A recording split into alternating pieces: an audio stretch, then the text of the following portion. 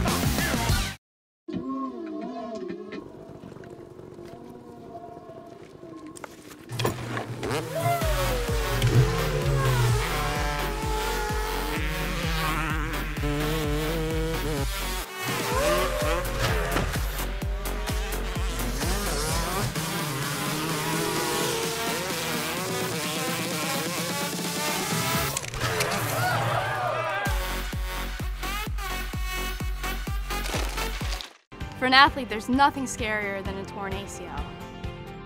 Athletes trust us with their care and their careers because we're a recognized leader in sports medicine.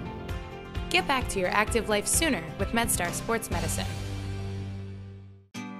Wise Market's ice cream plant is based in Sunbury, Pennsylvania, and it's locally owned and operated.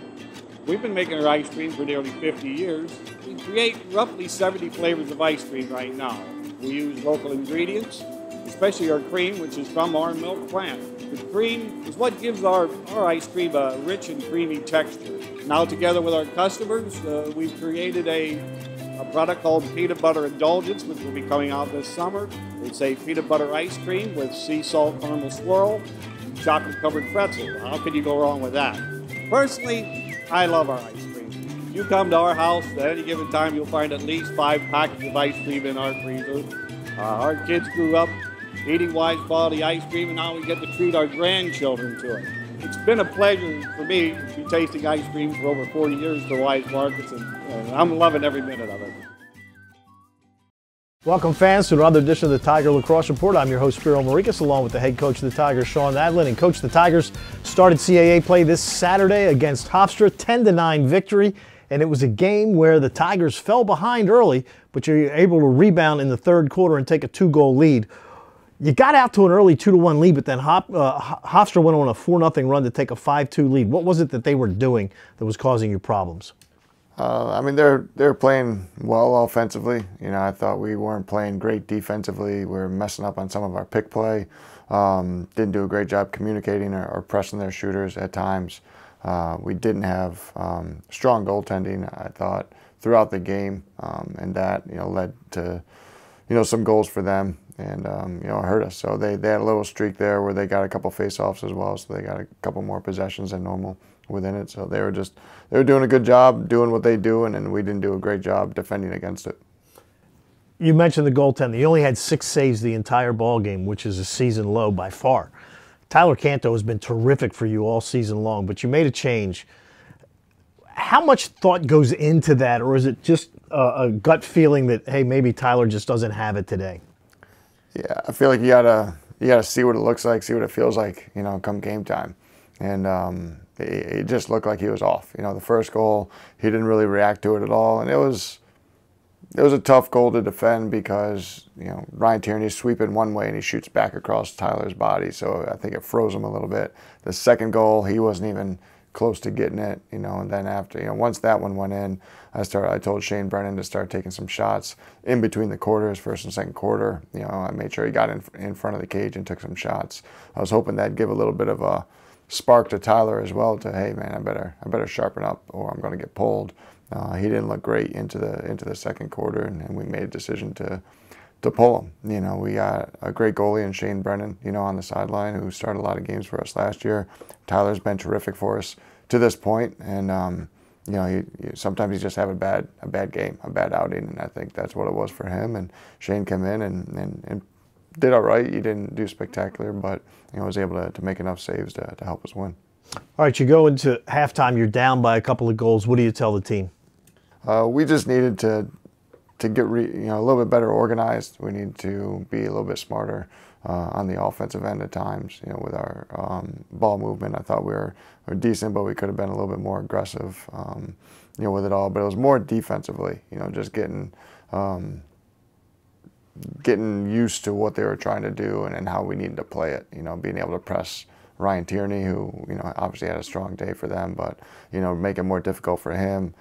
Be able to support when we needed to defensively. I felt we were apprehensive to slide, to challenge them to move the ball to beat us, and we didn't do a great job on ball within our initial defense. So defensively we really needed to clean things up. We needed to get a couple saves to help us with that. So we just decided to refocus, be much crisper at both ends of the field and be able to back each other up. Not that our backs were against the wall, but we came out, with a deficit, and we wanted to continue to move forward and back each other up through that process. Well, you certainly backed each other up there in the third quarter because you outscored them 4-0. So you go into the fourth quarter with a 2-goal lead. You had a 2-goal lead against Duke in the fourth quarter. You had a 2-goal lead against Denver in the fourth quarter. We're not able to hold those leads, but this week against Hofstra you did. You actually built it to 3, and then Hofstra cuts it to 1, but you come out with a victory, and you've got to be happy about that because every conference win is like gold. Absolutely. Everyone's a strong one, but when you get them in conference, they mean that much more, setting you up for hopefully postseason opportunities, within the conference. But we still got to get better at understanding game situation into the fourth quarter, how we need to, if we have a lead, how to protect it and play with it. There's that fine line between playing aggressive and over-aggressive and trying to do too much, as opposed to just being, more controlled and, killing some clock when you need to and being smart there. One of them was off, once they got it to 10-9, off the face-off, Alex came down, we had kind of a little bit of a break.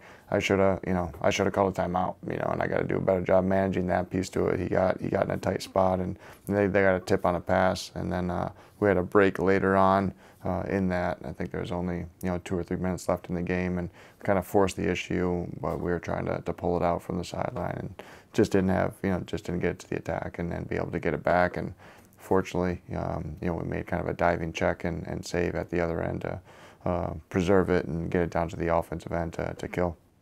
All right, speaking of face-offs, there was one in this game that was just it's close to 40 absurd. seconds. Yeah. Between Herber and Woodall. And, I mean, they were just clamped with each other, and nobody moved for 40 seconds. Have you ever seen a face-off like that? Unfortunately, yes. There was one last year. I forget. I think it was the Penn State kid versus Erlin, maybe, or it was 2 really good face-off guys going at it, and they were, I think the longest it was like 45, 46 seconds, and just like that, just battling with each other. So it's not fun to watch. I get it, it's 2 guys battling to earn possession, but the ball needs to be out. It needs to somebody needs to be able to pick it up, and get a ground ball and go from there. I don't remember what the score was, but you could have run out the clock. I mean, if you were winning, you could have just run out the clock. Yeah, that's a good way to kill it. Yeah. So the Tigers get their first CAA victory this season, 1-0, 6-3 overall, still ranked in the top 12 nationwide. Now, when the Tigers play next, they will be on the road against Fairfield. Tune in later this week to TowsonTigers.com when the coach and I will talk about the matchup with the Stags on Saturday. So for the head coach of the Tigers, Shawn Nadelen, I'm Spiro Morekas. Thanks for tuning in to another edition of the Tiger Lacrosse Report brought to you by the Green Turtle. And as always, go Tigers.